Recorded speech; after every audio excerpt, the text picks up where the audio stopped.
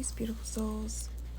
So every now and then I think about this post I seen about maybe a year or so or 2 years ago now of this girl who she committed suicide, and she left a note, I think, to her boyfriend, and she was saying how she feels like she's going crazy, and she could feel bugs crawling all over her and all these things that she thought she was hallucinating. She felt like she was hallucinating basically because it wasn't actually happening, but she was feeling it. And it makes me think of my before I rose up or remembered my truth, right? Before I started remembering my truth, my body was what I thought was breaking down on me. I thought that I was going crazy. My perception of time was not it became so apparent that time was an illusion, but it wasn't apparent at that time because I still didn't understand this, right? At that time, I just thought I was going crazy, losing my mind. I literally felt like bugs were crawling over me, all over me. I couldn't walk. I was walking with a cane. I couldn't stand in the shower. So many different things were happening. My memory was just awful, right? And I thought I was dying. I thought I had, what's the word?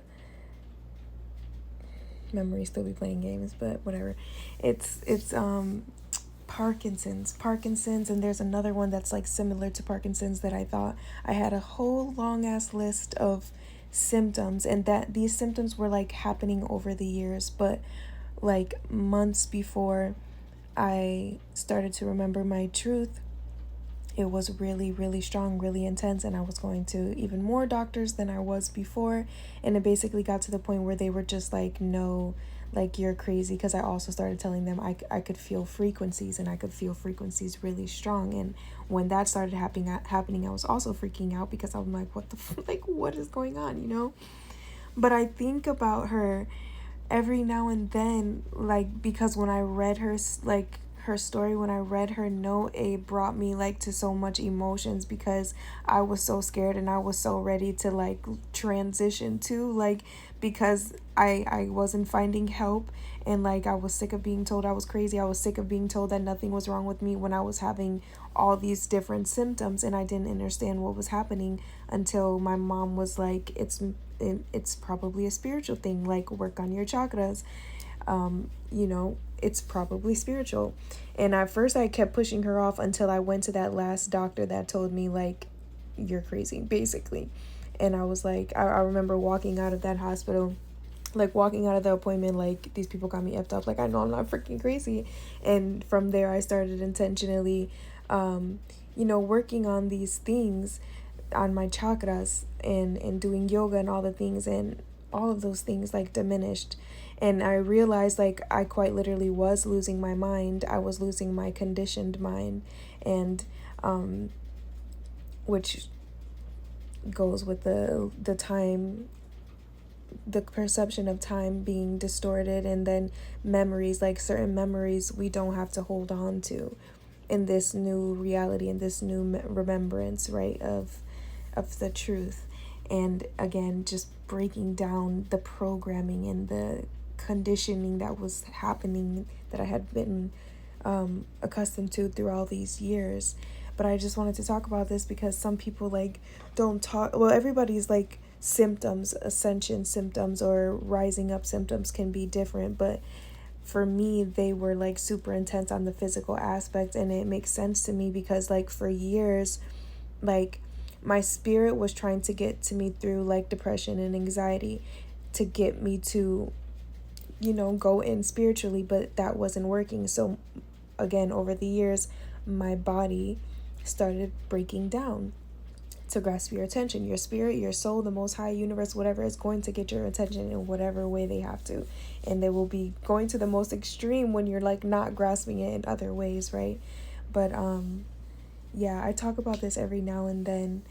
It's been a minute since I talked about it, but I started thinking about her again today, and I wonder and I know it's so purposeful, and the way that everybody transitions, I feel is predestined, right? So she was meant to live that life. That's what she chose before she came here, right? But like, it's so purposeful also in the system, in the medical field and stuff like that, for them to not tell you the truth about like these things and these spiritual gifts and being able to feel things like frequencies and the gift of clairsentience and things like that. Or when they want to tell people like they're schizophrenic because they say that they can hear spirits or see spirits and all these things, and tell them they're just hallucinating. No, bro, like people be tapped freak in and just do not understand what that means, and like what do not understand their divine gifts, and that they are gifts, which is where I was at a point too, with all of that, with the clairsentience and a lot of gifts. But that was one of like my biggest ones for a long time, and people used to always call me crazy because I'm like, I can literally feel what you're feeling. Like, you can tell me this, but I feel this, and also I know you're lying. That claircognizance, like, listen. But I would get called crazy all the time until I really learned and understood that I was not. Like, I'm just very gifted, and a lot of us are. And yeah, I just wanted to come talk about that. But just know, if you are experiencing these things, you're not crazy. But I also understand, I don't know if I said it already, like why people say like the Kundalini activation can be dangerous, or like how people can go into psychosis also with like learning so much information at the same like at once, or being like their gifts being like activated more profoundly, because it's intense as hell, and it's like literally you do feel like you're going crazy. But again, even experiencing something such as psychosis is a part of a journey you decided to go on, before you reincarnated. Okay, I'm done. I love you. See you later.